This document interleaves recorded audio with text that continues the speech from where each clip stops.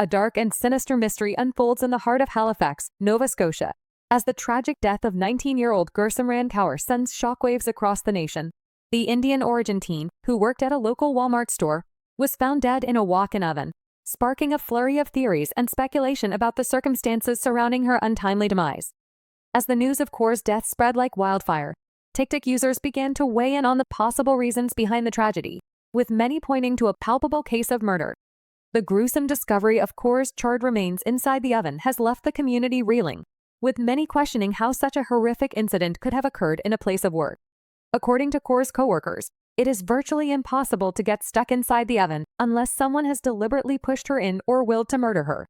This chilling revelation has only added fuel to the fire, with many calling for a thorough investigation into the matter.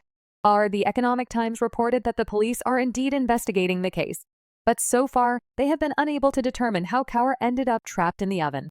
In a bid to shed some light on the workings of commercial ovens, TikTok user Chris Breezy shared her own experience of working with similar ovens at Walmart.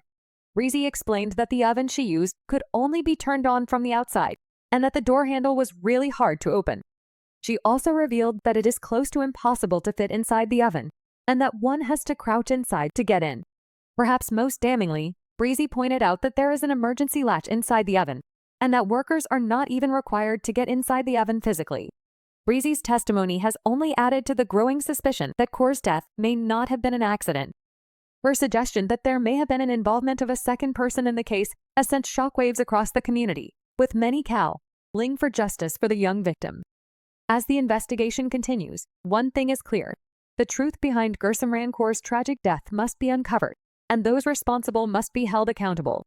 In the meantime, the people of Halifax, Nova Scotia, are left to grapple with the dark reality of Kaur's death and the sinister forces that may have contributed to it.